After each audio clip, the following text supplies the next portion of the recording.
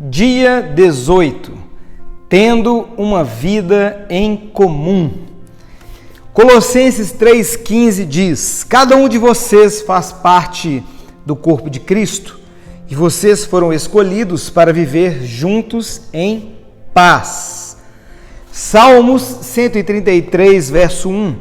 Como é bom e agradável que o povo de Deus viva unido, como se todos fossem irmãos. A vida foi feita para ser compartilhada. Deus deseja que experimentemos uma vida em comum. A Bíblia chama comunhão essa experiência compartilhada. Hoje em dia, entretanto, essa palavra perdeu grande parte de seu significado bíblico, a ponto de comunhão e confraternização quase sempre se tratar de uma conversa casual, alguma atividade social, comida ou diversão. A pergunta de qual igreja você participa significa qual igreja você frequenta. Ficar para confraternização normalmente significa esperar para o lanche. Comunhão é muito mais que apenas aparecer nos cultos. Significa experimentar a vida juntos. Isso inclui amar de modo altruísta, compartilhar com transparência, servir nas necessidades práticas, autossacrifício, consolar solidariamente e todas as outras atividades seguidas da expressão uns aos outros encontradas no Novo Testamento. Quando se trata de comunhão, o tamanho importa. Quanto menor, melhor. Você pode adorar no meio de uma multidão, mas não pode ter comunhão com todos ao mesmo tempo. Quando um grupo aumenta para mais de 10 pessoas, alguém deixa de participar. Normalmente o mais reservado, e umas poucas pessoas acabam dominando o grupo.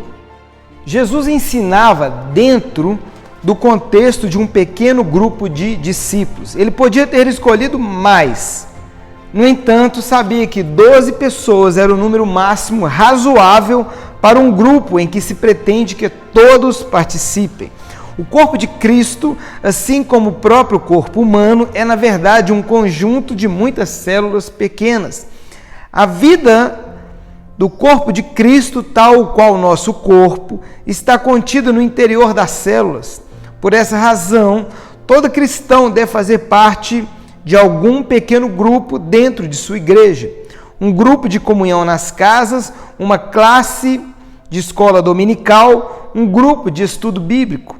É nesses encontros que ocorre a verdadeira comunhão, não nas grandes reuniões. Se você imaginar sua igreja como um navio, os diversos grupos são os botes salva-vidas presos a ele. Deus fez uma fantástica promessa a respeito dos pequenos ajuntamentos de cristãos, pois onde se reuniram 2 ou 3 em meu nome, ali eu estou no meio deles. Infelizmente, mesmo que você frequente algum grupo, isso não é garantia de que irá experimentar comunhão real. Muitas classes de escola dominical e outros grupos na igreja ficam presos à superficialidade e não fazem ideia de como é experimentar a verdadeira comunhão. Qual, porém, é a diferença entre a comunhão verdadeira e a falsa? Na verdadeira comunhão, as pessoas experimentam autenticidade. A comunhão autêntica não é superficial, não se resume a conversas sobre banalidades. É genuína, de coração para coração, às vezes chegando a ponto de compartilhar assuntos íntimos. A comunhão ocorre quando as pessoas se mostram honestas a respeito de si mesmas e do que está acontecendo em sua vida. Elas dividem mágoas, revelam sentimentos, confessam falhas, dão a conhecer dúvidas, admitem medos, reconhecem suas fraquezas e pedem ajuda e oração. A autenticidade é exatamente o oposto do que você encontra em algumas igrejas. Em vez de uma atmosfera de honestidade e humildade, há uma conversação fingida, encenada, politiqueira, superficialmente educada e frívola. As pessoas vestem máscaras, mantêm a guarda e agem como se a sua vida fosse bem-sucedida em todos os aspectos. Essa atitude decreta a morte da verdadeira comunhão. Somente quando somos sinceros sobre nossa vida é que experimentamos a real comunhão. A Bíblia diz: se porém andarmos na luz, como Ele está na luz, temos comunhão uns com os outros. Se afirmarmos que estamos sem pecado, enganamos a nós mesmos, e a verdade não está em nós. O mundo pensa que a intimidade ocorre no escuro, mas Deus diz que ela faz parte da luz. As trevas são usadas para esconder ferimentos, erros, medos, fracassos e falhas. É na luz que os trazemos todos para um lugar aberto e admitimos quem realmente somos. Naturalmente, ser autêntico exige coragem e, ao mesmo tempo, humildade. Significa enfrentar o medo de ser exposto, da rejeição e de ser novamente magoado. Por que alguém correria tal risco? Porque é a única maneira de crescer espiritualmente e ser emocionalmente saudável. A Bíblia diz: façam disso uma prática comum. Confessem seus pecados uns aos outros e orem uns pelos outros, para que vocês possam viver juntos, integrados e curados. Só cresceremos assumindo riscos. E o mais difícil de todos é ser honesto com você mesmo e com os outros. Na verdadeira comunhão, as pessoas experimentam reciprocidade. Reciprocidade é a arte de dar e receber, é depender um do outro. A Bíblia diz: o modo pelo qual Deus formou o corpo humano é um modelo que nos ajuda a entender nossa vida comunitária na igreja. Cada parte depende da outra. A reciprocidade é a essência da comunhão. Edificar relacionamentos recíprocos, compartilhar responsabilidades e ajudar uns aos outros. Paulo disse: quero que nos ajudemos uns aos outros com a fé que possuímos. A sua fé me ajudará e a minha fé ajudará a vocês. Somos mais constantes em nossa fé quando outras pessoas caminham conosco e nos incentivam. A Bíblia recomenda prestação de contas, encorajamento, honra e serviço recíprocos. Em mais de 50 ocasiões no Novo Testamento, somos orientados a realizar diferentes tarefas uns aos outros e uns dos outros. A Bíblia diz: esforcemo-nos em promover tudo quanto conduz à paz e à edificação mútua. Você não é responsável por todos no corpo de Cristo, mas tem responsabilidades para com eles. Deus espera que você faça tudo que puder para ajudá-las. Na verdadeira comunhão, as pessoas experimentam compaixão. Compaixão não é dar um conselho ou oferecer uma ajuda eventual, é penetrar e compartilhar a dor dos outros. A compaixão diz: compreendo o que você está passando e o que você sente não é estranho nem absurdo. Alguns chamam isso empatia, mas a palavra bíblica é compaixão.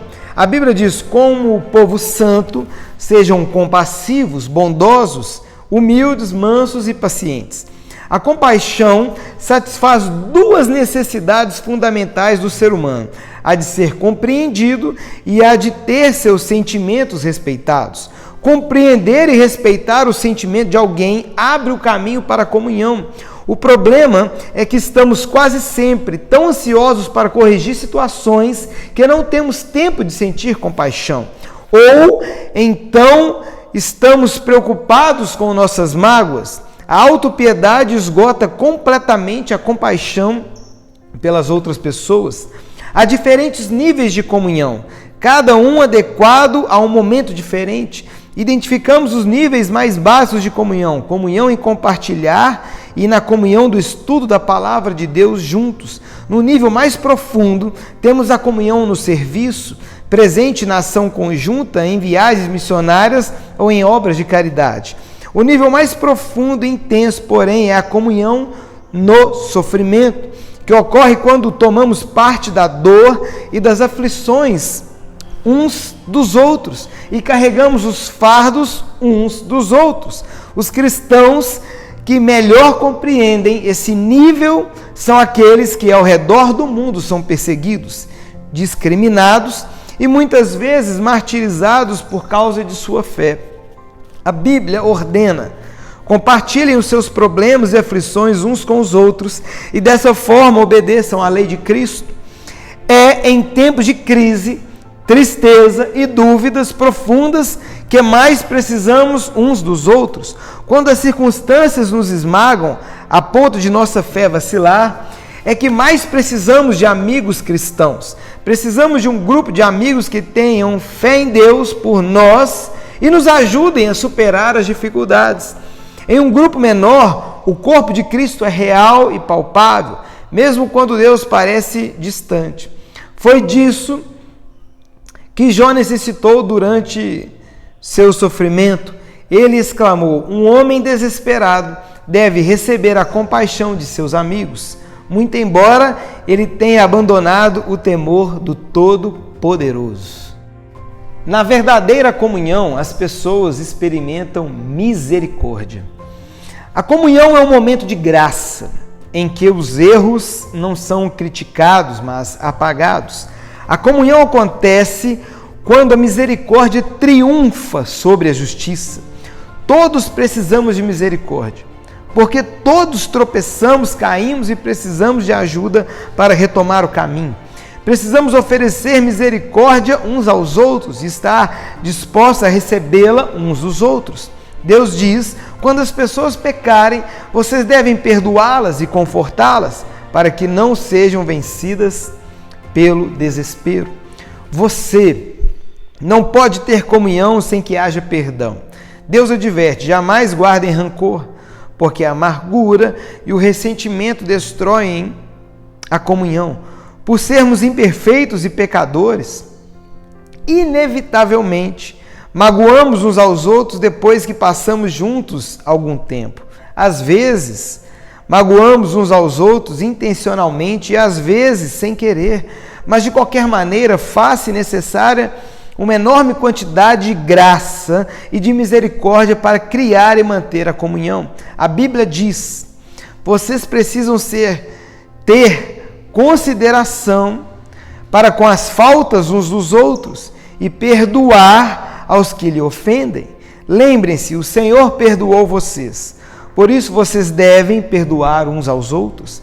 A misericórdia de Deus para conosco é um estímulo para que sejamos misericordiosos uns com os outros. Lembre-se, jamais lhe será pedido que perdoe alguém mais do que Deus já lhe perdoou. Sempre que for magoado por alguém, você terá uma escolha: usar sua energia e seus sentimentos para buscar vingança ou para encontrar uma solução. Você não pode optar por ambas as coisas. Muitos relutam em praticar a misericórdia porque não sabem a diferença entre confiar e perdoar. Perdoar é esquecer o passado. Confiar tem relação com o comportamento futuro. O perdão deve ser imediato. Tenha ou não a pessoa pedido por ele. A confiança é reconstruída com o decorrer do tempo. Confiança exige antecedentes. Se alguém o magoa repetidamente, Deus lhe ordena que perdoe imediatamente, mas não espera que você volte a confiar imediatamente ou que continue permitindo que tais pessoas o magoem. Elas devem mostrar que mudaram com o tempo. O melhor lugar para restaurar a confiança é no contexto de apoio mútuo de um grupo que promova tanto o encorajamento quanto a responsabilidade mútua. Você experimentará muitos outros benefícios ao fazer parte de um grupo da igreja comprometido com a verdadeira comunhão. Trata-se de algo essencial à vida cristã e não pode ser ignorado. Há mais de 2000 anos, os cristãos vêm se reunindo regularmente em grupos para buscar comunhão. Se você nunca fez parte de um grupo ou de uma reunião como essa, não sabe o que está perdendo. No próximo capítulo, veremos o que é necessário para criar esse tipo de comunidade com outros fiéis. Mas espero que este capítulo o tenha deixado ansioso para experimentar a autenticidade, a reciprocidade, a compaixão e a misericórdia da verdadeira comunhão. Você foi criado para viver em comunidade. Pensando sobre o meu propósito de vida, um tema para reflexão: preciso de outras pessoas em minha vida. Um versículo para memorizar, Gálatas 6:2. Compartilhem os seus problemas e aflições uns com os outros, e dessa forma obedeçam à lei de Cristo.